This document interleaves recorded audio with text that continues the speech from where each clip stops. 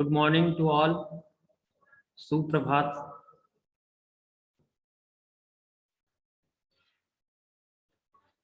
कल हम लोगों ने पढ़ा था समास। तो आज आप लोग समास पढ़कर आए हैं। कल होमवर्क आप लोग को दिया था कि समास पढ़ना है। आप लोग पढ़े कि नहीं?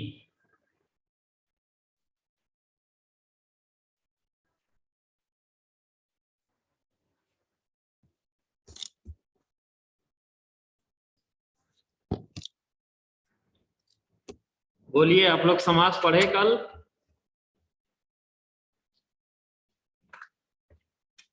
इसका मतलब आप लोग पढ़ाई पे ध्यान नहीं दे रहे हैं। कोई आपके तरफ से मुझे उत्तर नहीं मिल रहा है। ऐसा आप लोग ना करें और पढ़ाई पे ध्यान दीजिए। जो होमवर्क, जो गृह कार्य आपको दिए जाते हैं उसको पूरा करिए, क्योंकि समय देखिए ठीक नहीं चल रहा है। घर पे ही रह के आपको पढ़ना है। और ऑनलाइन तो एक माध्यम है पढ़ने सर का। पढ़े समाज। अच्छा, बहुत अच्छा, आप पढ़िए रिया, तो बहुत ही अच्छा है। मुझे अच्छा लगा कि आपने जवाब दिया कि हम पढ़े हैं। तो आज पुनः समास पर ही हम लोग बात करेंगे, समास को देखेंगे, समझेंगे। Okay sir. तो मैं स्क्रीन शेयर कर देता हूं, जो आप लोग को दिखाई भी देगा, और उस पर हम लोग पढ़ते जाएंगे, उसको समझते जाएंगे। जो समझ में नहीं आएगा आप बीच में प्रश्न पूछ सकते हैं, ठीक है?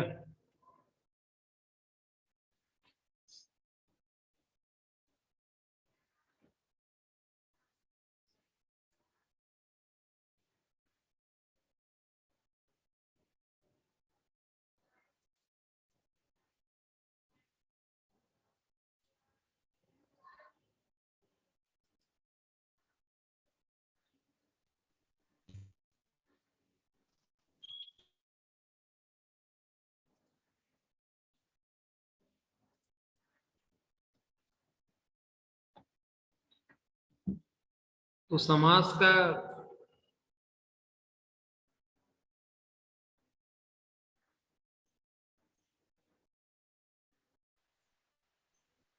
स्क्रीन पे आपको दिख रहा है? हाँ सर दिख रहा है। ठीक है। अभी इसको थोड़ा बड़ा करना था।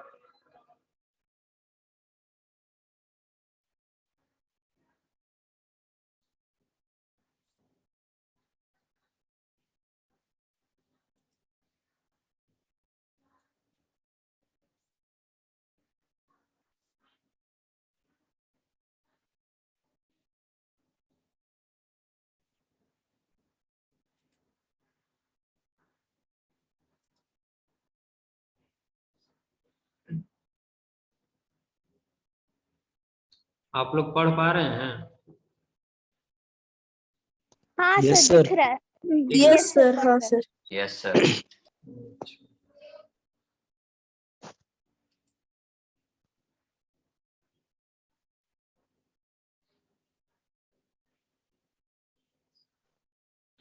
आप लोग स्क्रीन गंदा नहीं करेंगे। साक्षी, ये क्या कर रही हो छोटी बच्ची की तरह? साक्षी हैं?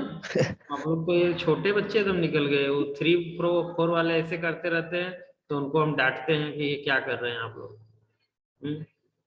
तो ऐसे ही मैं स्क्रीन सोच रहा हूँ बड़ा करने के लिए, तो इसमें समझ में नहीं आ रहा है मुझे, और आप लोग ऊपर से स्क्रीन भी गंदा कर रहे हैं। चलिए हम लोग पढ़ते हैं समास। समास का तात्पर्य, समास का तात्पर्य होता है संक्षिप्तीकरण। मैंने आपको बताया था कि संक्षेप, समास का मतलब होता है संक्षेप, यानी किसी बात को आप छोटे में लिख दो, वो समास हो जाएगा, ठीक है? यस का सर। शाब्दिक अर्थ होता है छोटा रूप, अर्थात जब दो या दो से अधिक शब्दों से मिलकर जो नया और छोटा शब्द बनता है उस शब्द को समास कहते हैं। दूसरे शब्दों में कहा जाए तो हम चाहे जहां पर कम से कम शब्दों में अधिक से अधिक अर्थ को प्रकट किया जाए वो समास कहलाता है। ठीक है, तो ये आपके संस्कृत, जर्मन बहुत सी भाषाओं में समास का बहुत प्रयोग किया जाता है। व्हाट्सएप नहीं चला आपको सकते हिंदी में देखना है तो समास रचना में 2 पद होते हैं। कल भी मैंने आपको बताया था 2 पद होते हैं। पहले पद को क्या कहते हैं? पूर्व पद पूर्व पद, सर प्रथम पद प्रथम पद या पूर्व पद या उत्तर पद। उत्तर दूसरे पद को नहीं, उत्तर पद नहीं कहते, दोनों तो पहले सेम पद ही को है दूसरे सर। पद को। यस, हाँ बिल्कुल सही। दूसरे को उत्तर पद कहा जाता है। ये आप अपने दिमाग में बना लीजिए कि समास में 2 पद होते हैं, एक पूर्व पद और एक उत्तर पद। ये दोनों जानते रहोगे तब ज्यादा समझ में आएगा। इन दोनों से जो नया शब्द बनता है उसको हम लोग कहते हैं समस्त पद। ठीक है, पूर्व पद उत्तर पद रहेगा, उससे जो नया बनाएंगे वो हो जाएगा समस्त पद। ठीक है समस्त पद, ना? Yes sir. हाँ, अब देखिए जैसे रसोई के लिए घर, ये क्या है? ये समस्त पद है। रसोई घर। अब इसका रसोई घर होगा, ये समास हो गया। रसोई घर क्या है? ये समास है। और उसका जब विग्रह करोगे, समस्त पद बनाओगे तो रसोई के लिए घर हो जाएगा। ठीक है, ऐसे हाथ के लिए कड़ी, हथकड़ी ना, हथ कड़ी। नील कमल, मुस्कान कुमारी। आप कुछ करिए मत, बस देखते रहिए। नील कमल, नील कमल, नीला, नील और कमल। ठीक है, नील और कमल, या नीला है जो कमल करेंगे तो कर्मधारय हो जाता है ना। नीला है जो कमल, कर्मधारय समास। राजा का पुत्र, राजपुत्र। ठीक है, तो ये हो जाएगा तत्पुरुष, संबंध तत्पुरुष। चलिए आगे चलते हैं हम लोग। समासिक शब्द का क्या अर्थ होता है? समासिक शब्द, तो समास के नियमों से निर्मित शब्द क्या होते हैं? समासिक शब्द कहलाते हैं। जो समास के नियमों से बने हुए शब्द हैं वही तो समासिक शब्द कहलाएंगे। इसे समस्त पद भी कहा जाता है। समास होने के बाद विभक्तियों के चिन्ह गायब हो जाते हैं। जब आप समास करोगे, समास बना दोगे, जैसे राजा का पुत्र, तो उसका समास करोगे तो क्या होगा? राजपुत्र, राजपुत्र। अब देखिए इसमें विभक्ति का लोप हो गया है ना। सर राजा के जगह पर अगर कोई नाम रहे तो वो तब भी वही होगा, संबंध तत्पुरुष ही होगा। तो वहां भी जैसे राम का पुत्र, यही ना कहोगे? Yes yes sir. हाँ, तो वैसे ही राजपुत्र है तो यानी राजा का पुत्र हो गया। तो कहने का मतलब ये है कि जब आप समास बनाओगे तो क्या हो जाता है? विभक्तियों का लोप हो जाता है। और जब उसका विग्रह करोगे तो उसमें विभक्ति चिन्ह दिखाई देने लगते हैं। दिखाई देते हैं ना? Yes sir. अब समास विग्रह पर हम लोग बात करते हैं। समास विग्रह,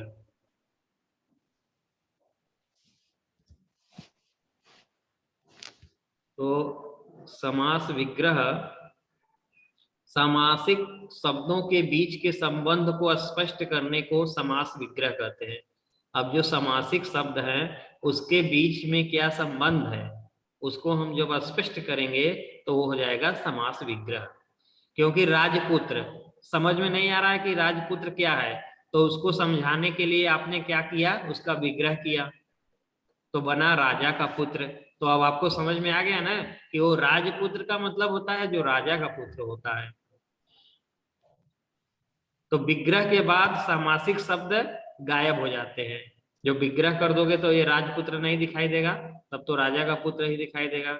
अर्थात जब समस्त पद के सभी पद अलग अलग किए जाते हैं तो उसे समास विग्रह कहते हैं। जब क्या करोगे? जब समस्त पद है उसको अलग अलग कर दोगे। जैसे देखिए माता पिता, ये क्या है?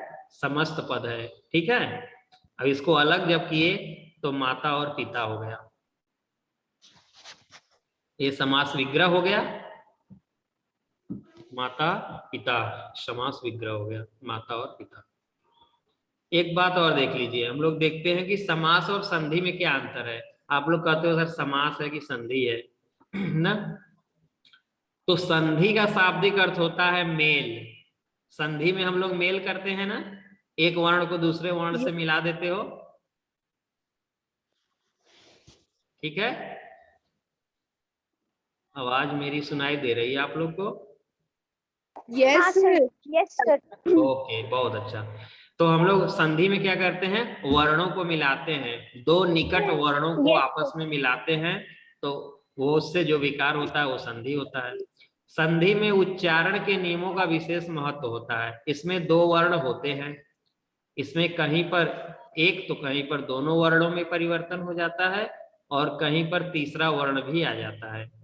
संधि किए हुए शब्दों को तोड़ने की क्रिया को हम लोग विच्छेद कहलाती है ना।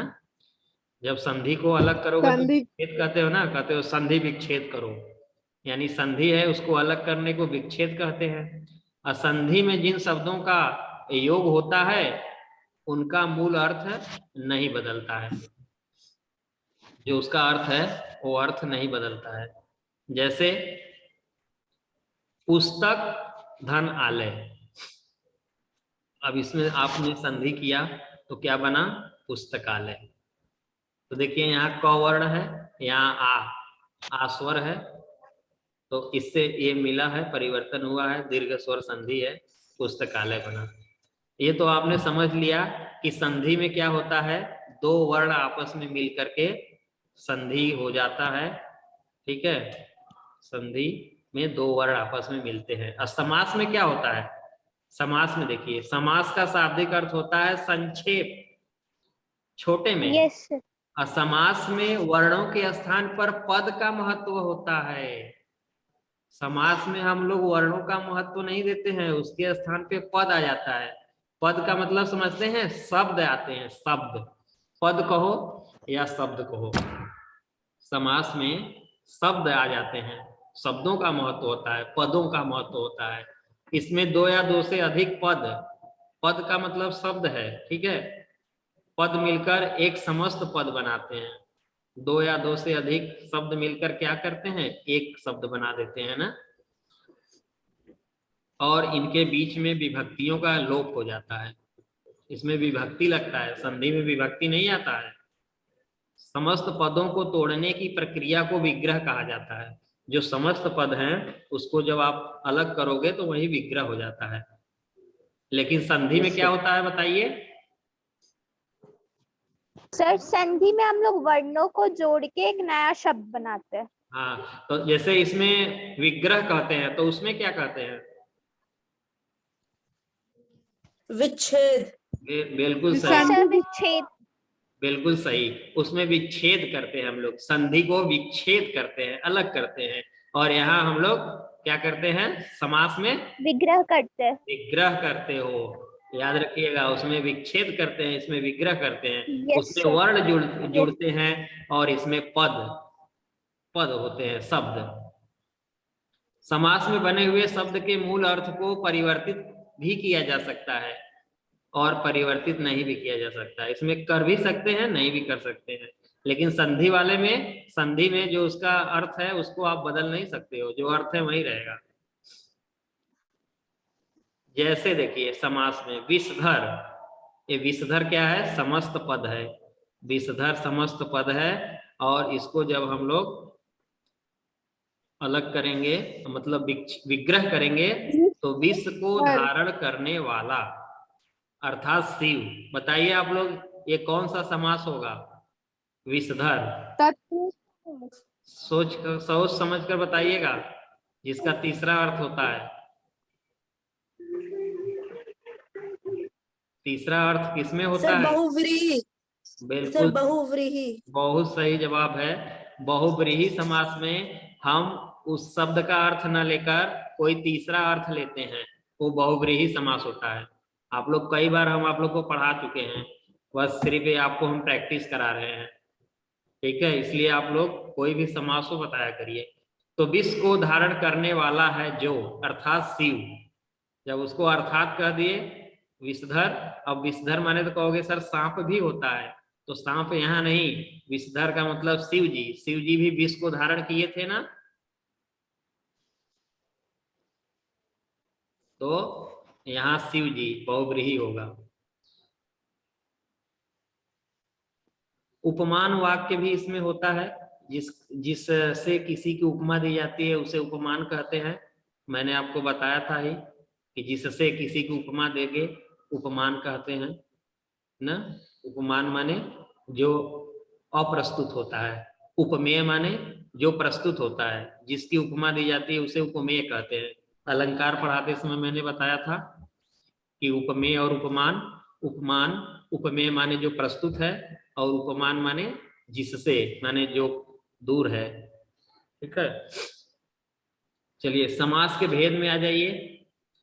समास के 6 प्रकार के भेद बताए गए हैं। अव्ययी भाव, तत्पुरुष समास, कर्मधारय समास, द्विगु समास, द्वंद्व समास, बहुव्रीहि समास। 6 भेद हैं।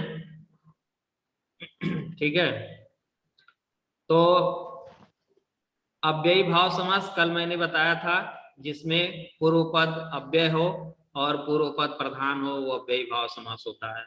तत्पुरुष, कर्मधारय, द्विगु में कौन सा पद प्रधान होता है? पूर्व पद की उत्तर पद? मैं कल ही पढ़ाया था, बताइए आप लोग। सर उत्तर पद तत्पुरुष में प्रधान होता है। चलिए, तो ये तीनों उत्तर जो पद समास होता हैं, है। कौन? तत्पुरुष, उत्तर पद। कर्मधारय, द्विगु समास, इन तीनों में उत्तर पद प्रधान होता है। और ये भी कहा जाता है कि कर्मधारय और द्विगु समास ये तत्पुरुष से ही निकले हुए हैं ना, इसीलिए तत्पुरुष में जब उत्तर पद प्रधान है तो एक Yes, sir. कर्मधारय और द्विगु में भी उत्तर पद प्रधान है। चलिए, बहुत अच्छा।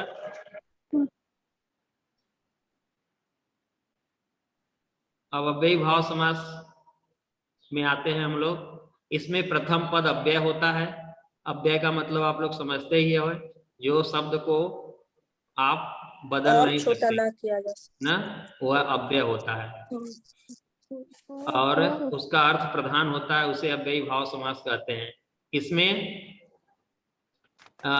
इसमें अव्यय पद का प्रारूप क्या है? लिंग वचन कारक में नहीं बदलता है, वो हमेशा एक ही जैसा रहता है। अव्यय शब्द जो है वो लिंग वचन कारक, इससे आप उसको बदल नहीं सकते हो, वो हमेशा एक ही जैसे रहेंगे। तो अव्ययी भाव समास की क्या पहचान है? जहां भी आप देख लो कि अव्यय वाले शब्द आए हैं ना, तो और दूसरे शब्दों में कहा जाए तो यदि एक ही शब्द की पुनरावृत्ति हो और दोनों शब्द मिलकर अव्यय की तरह प्रयोग हो, वहां पर अव्ययी भाव समास होता है। ठीक है, जैसे देखिए यथाशक्ति। अब यथा देखिए अव्यय शब्द है ना, यथा, इसको आप बदल नहीं, शक्ति के अनुसार, यथा क्रम, क्रम के अनुसार, यथा नियम, नियम के अनुसार, प्रतिदिन, प्रत्येक दिन, ये सब इंपॉर्टेंट है साक्षी, ये सब आते भी है। ठीक है, तो इतने देखिए सब होता। प्रतिवर्ष, हर वर्ष, देखिए प्रति आया है, आजन्म, ये सब कौन से हैं? ये सब अव्यय है सब। इसमें पूर्व पद प्रधान होता है, पहला वाला। ठीक है, जन्म से लेकर यथा साध्य, जितना साधा जा सके, घर घर, प्रत्येक घर, अव्ययी भाव समास पूर्व पद प्रधान होता है। इतना आप लोग जानते रहिए। चलिए अगला हम लोग चलते हैं, तत्पुरुष समास। इस समास में दूसरा पद प्रधान होता है, यानी उत्तर पद। पूर्व माने पहला। साक्षी वीडियो बंद कर लो, या खा लो, या वीडियो बंद कर लो। यही सब आप लोग काम करते हैं, खाते रहते हैं और पढ़ाई भी करते रहते हैं। समझने में ध्यान दीजिए बाबू, खाना तो हर समय है, पढ़ना बार बार नहीं है।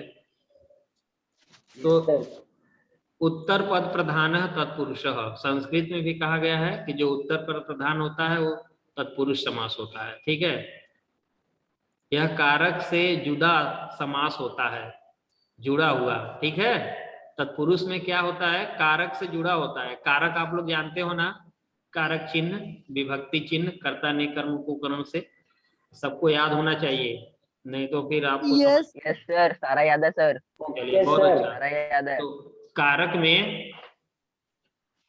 में इसमें से जुड़ा हुआ आएगा तत्पुरुष समास में, ठीक है, यानी आपको चिन्ह दिखेगा। और इसमें ज्ञातव्य यानी विग्रह में जो कारक प्रकट होता है विग्रह करते समय वो समास होता है। इसे बनाने में दो पदों के बीच कारक चिन्हों का लोप हो जाता है, उसे तत्पुरुष समास कहते हैं। आप देखिए यहाँ देशभक्ति, ये समस्त पद है देशभक्ति, और जब इसका विग्रह करेंगे यानी समस्त पद बनाएंगे तो क्या होगा, इसका जब विग्रह करेंगे समस्त पद का तो देश के लिए भक्ति। देखिए चिन्ह आया है के लिए, आप बता दीजिए अच्छा ये कौन सा तत्पुरुष समास होगा। तत्पुरुष में 6 प्रकार के तत्पुरुष होते हैं कर्म से लेकर अधिकरण तक। तो बताइए देश के लिए भक्ति आया है तो किस में आएगा, कर्म कारक में होगा कि करण में होगा कि संप्रदान में होगा कि संप्रदान सर, संप्रदान। बहुत अच्छा, सही है हर्षराज, संप्रदान में होगा क्योंकि संप्रदान का चिन्ह है को के लिए, संप्रदान का चिन्ह है को के लिए, इसलिए यहाँ पे संप्रदान आएगा।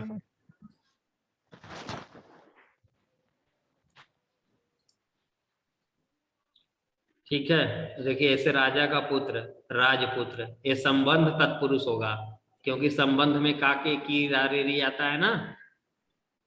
Yes sir. सराहत, देखिए सर से आहत, सराहत शब्द है, इसका विग्रह करेंगे तो सर से आहत ना, तो ये कौन सा होगा सर अपादान।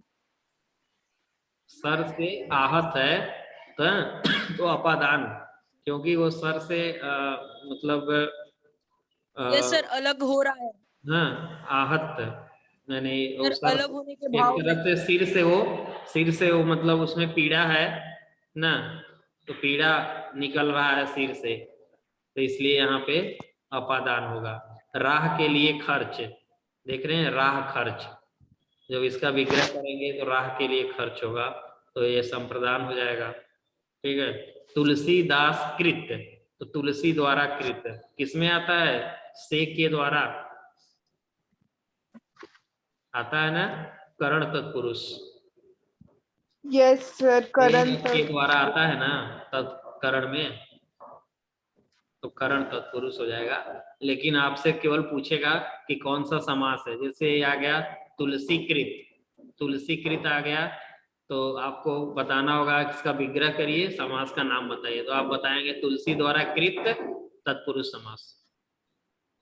राजमहल में पूछेगा कौन सा समास है उसका नाम बताइए विग्रह करिए, तो राजा का महल और संबंध तत्पुरुष है तो आप लिखेंगे तत्पुरुष समास। देखिए यहाँ दिया भेद तत्पुरुष समास के भेद, ठीक है, वैसे 8 भेद है लेकिन 6 प्रकार के हैं। देखिए कर्म से लेकर कर्म, करण, संप्रदान, अपादान, संबंध, अधिकरण। और यहाँ देखिए कर्म तत्पुरुष, जैसा अभी हमने बताया कि इसमें चिन्ह आता है को ना, देखिए रथ चालक रथ को चलाने वाला, ग्रामगत ग्राम को गया हुआ, इसमें कर्म कारक वाले सब हैं। वन गमन वन को गमन, ये तत्पुरुष समास है। ठीक है, मुंह तोड़ मुंह को तोड़ने वाला, तो ये तत्पुरुष समास है, कर्म तत्पुरुष है। ठीक है, स्वर्ग प्राप्त स्वर्ग को प्राप्त, देशगत देश को गया हुआ, जन प्रिय जन को प्रिय, मरणासन मरण को आसन्न। कर्म तत्पुरुष के बाद आइए करण तत्पुरुष, जहां पर पहले पद में कर्ण कारक का बोध होता है, इसमें 2 पदों के बीच कर्ण कारक छिपा होता है। कर्ण कारक का चिन्ह या विभक्ति के द्वारा और से होता है, उसे कर्ण तत्पुरुष कहते हैं। देखिए स्वरचित, स्व द्वारा रचित ना, या मेरे द्वारा रचित, स्व माने मेरे होता है अपने द्वारा, स्व द्वारा रचित, मन चाहा मन से चाहा, शोक से ग्रस्त, ठीक है, भूख से भूखमरी है ना, भूख से मरी, धनहीन धन से हीन, बाणगत बाण से आहट। देखिए सब में से चिन्ह आया है तो ये हो जाएगा करण तत्पुरुष। आइए, संप्रदान तत्पुरुष, इसमें दो पदों के बीच संप्रदान कारक छिपा होता है। संप्रदान कारक का चिन्ह या विभक्ति के लिए होती है, उसे संप्रदान तत्पुरुष कहते हैं। देखिए, विद्यालय, विद्या के लिए आलय, इसमें भी विद्यालय में कौन सा तत्पुरुष समास होता है? विद्यालय में, ठीक है। रसोई घर, संभावन, सभा भवन, विश्राम गृह, गुरु दक्षिणा, ठीक है, गुरु के लिए दक्षिणा, प्रयोगशाला, प्रयोग के लिए शाला, देशभक्ति, देश के लिए भक्ति, स्नान घर, स्नान के लिए घर, सत्याग्रह, सत्य के लिए आग्रह, ना, यज्ञशाला, यज्ञ के लिए शाला, डाक गाड़ी, डाक के लिए गाड़ी, देवालय, देव के लिए आलय, गौशाला, गौ के लिए शाला। ये क्या है? संप्रदान तत्पुरुष। के लिए चिन्ह आएगा तो संप्रदान। अपादान में आ जाइए, इसमें दो पदों के बीच में अपादान कारक छिपा होता है। अपादान कारक का चिन्ह या विभक्ति से अलग होता है ना, अलग के अर्थ में, उसे अपादान तत्पुरुष कहते हैं। कामचोर, काम से जी चुराने वाला। देखिए, काम से जी चुरा रहा है, काम से अलग हो रहा है ना, इसलिए कामचोर में तत्पुरुष समास है। कौन सा समास है? अपादान तत्पुरुष। दुरागत, दूर से आगत, दूर से देखिए अलग आया है, तो इसलिए यहाँ पे अपादान तत्पुरुष। रण विमुख, रण से विमुख ना, यानी युद्ध से अलग हो गया। नेत्र से हीन है, पाप से मुक्त है, सब में देखिए अलगाव हो रहा है। देश से निकाला, पथभ्रष्ट, पथ से भ्रष्ट, पदच्युत, पद से च्युत ना, ये सब में क्या है? जन्म से रोगी, रोग मुक्त, रोग से मुक्त, तो इस सब में अपादान तत्पुरुष है। चलिए, संबंध तत्पुरुष, इसमें दो पदों के बीच में संबंध कारक छिपा होता है, तो संबंध कारक से चिन्ह या विभक्ति का के की होती है, उसे संबंध तत्पुरुष कहते हैं। देखिए, ये सब संबंध तत्पुरुष है। राजपुत्र, गंगा जल, लोकतंत्र, लोक का तंत्र, दुर्वा दल, दुर्व का दल, देखिए सब में का चिन्ह आया है ना, का के की। मूर्ति पूजा, मूर्ति की पूजा। Yes sir. शिवालय, शिव का आलय ना, शिवालय में शिव का आलय, तो यहाँ पे संबंध है। वैसे विद्या का आलय, विद्यालय भी होता है, तो वहां पे संबंध तत्पुरुष होगा। Yes sir. अधिकरण में आ जाइए। अधिकरण है, अधिकरण तत्पुरुष समास क्या होता है? इसमें दो पदों के बीच अधिकरण कारक छिपा होता है ना। अधिकरण का चिन्ह आप लोग जानते हैं, में या पर होता है, इसे अधिकरण तत्पुरुष कहते हैं। जैसे कार्य कुशल, कार्य में कुशल, कुशल में चिन्ह आया यहाँ पे, इसलिए यह अधिकरण है। वनवास, वन में वास। ईश्वर भक्ति, ईश्वर में भक्ति, देखिए सब में चिन्ह आया है, पर आया। देखिए, आत्मविश्वास, आत्मा पर विश्वास, देखिए पर चिन्ह आया है, इसलिए यहाँ पे कौन सा होगा? अधिकरण तत्पुरुष। अधिकरण तत्पुरुष। सिर, शरणागत, शरण में आगत। सिर दर्द, सिर दर्द में भी क्या है? अधिकरण तत्पुरुष है। सिर दर्द में भी अधिकरण तत्पुरुष है। और आनंद मग्न, आनंद में मग्न। आप बीती, आप पर बीती, ये सब विग्रह है, तो इसमें भी अधिकरण तत्पुरुष है। ये कुछ तत्पुरुष के ये भी प्रकार होते हैं, समझ रहे हैं, जिसमें न अगर लगा हो, असभ्य, यानी इसमें पहला पद निषेधात्मक होता है, वो भी तत्पुरुष होता है। जैसे असभ्य हो गया, अनादि हो गया, असंभव हो गया ना, और अनंत हो गया, ये सब भी कर्म तत्पुरुष के ही भेद हैं।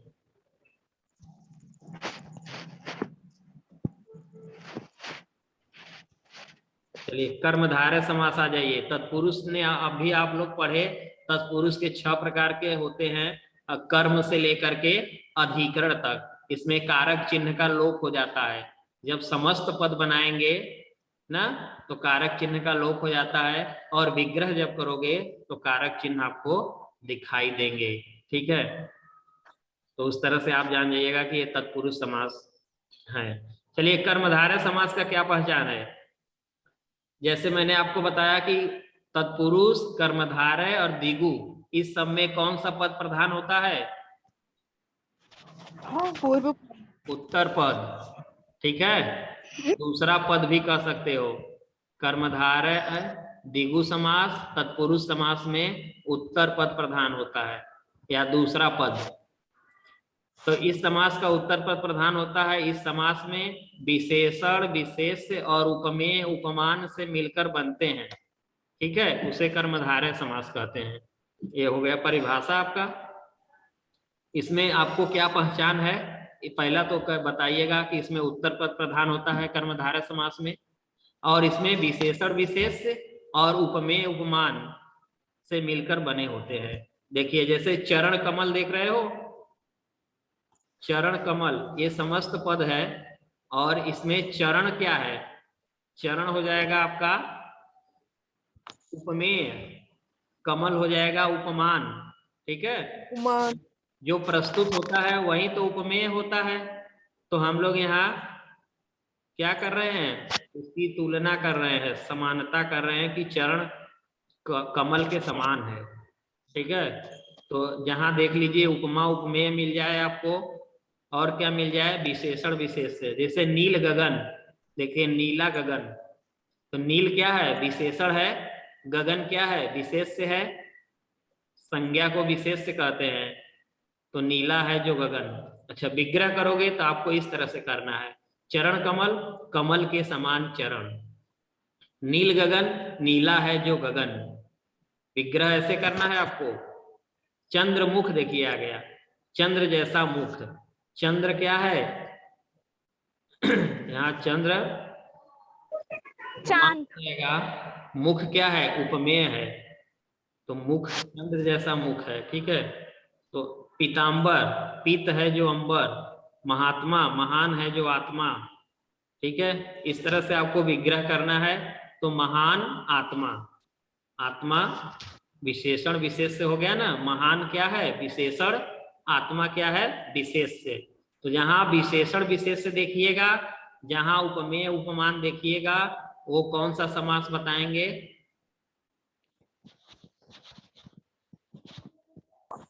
कर्मधाराय। कर्मधारय, क्या बोलेंगे, कर्मधारय समास। कर्मधारय। कर्मधारय, बिल्कुल सही जवाब है, कर्मधारय, ठीक है। चलिए अब हम लोग चलते हैं आगे।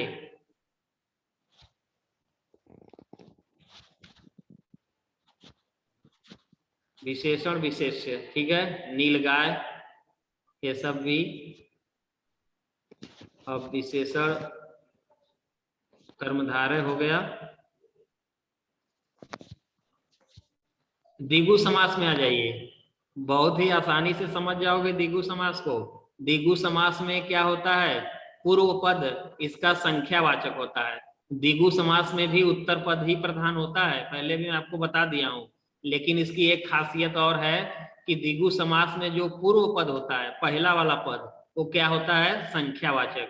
देखिए नव ग्रह, नव क्या है, संख्या है ना, और कभी कभी उत्तर पद भी संख्यावाचक होता है, ठीक है। कभी कभी उत्तर पद वाला भी संख्या हो जाता है, तो उससे घबराने की बात नहीं है। और इस समास में प्रयुक्त संख्या किसी समूह को दर्शाती है। इसमें क्या दर्शाता है, द्विगु समास में समूह आपको जरूर मिलेगा, कोई समूह वाला चीज रहेगा तो आप जान जाइएगा द्विगु समास है, ठीक है। इसमें समूह और समाहार का बोध होता है, उसे द्विगु समास कहते हैं। जैसे नौ ग्रह, नौ ग्रहों का समूह, देखिए आया ना, समूह विग्रह करने पर समूह या समाहार शब्द आएंगे, ठीक है।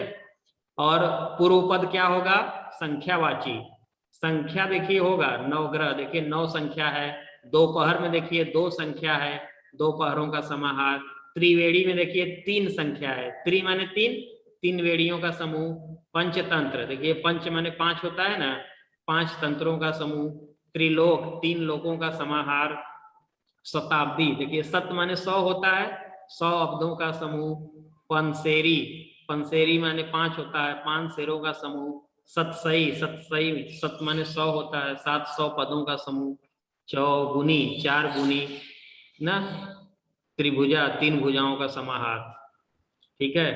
द्विगु समास में उत्तर पद प्रधान होता है और पूर्व पद संख्यावाची होंगे, ठीक है। आदित्य राज खिंचाइए मत, स्क्रीन गंदा मत करिए भाई आदित्य। ठीक है, ये सब पंचवटी 5 वटों का समाहार। द्विगु समास हो गया। अब आइए द्वंद्व समास।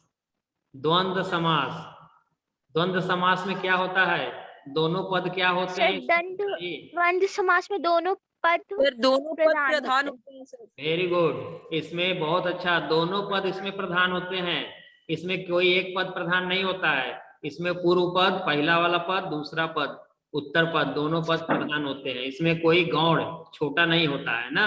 ये दोनों पद एक दूसरे पद के विलोम होते हैं, लेकिन ये हमेशा नहीं होते हैं। इसमें विलोम भी मिलता है ना, माता का विलोम पिता होगा ना, माता पिता। और यहाँ भी मिलता है। पाप का विलोम पुण्य होगा ना, पाप और पुण्य। इसका विग्रह करने पर पद में और, अथवा, या, एवं का प्रयोग होता है, उसे द्वंद्व समास कहते हैं।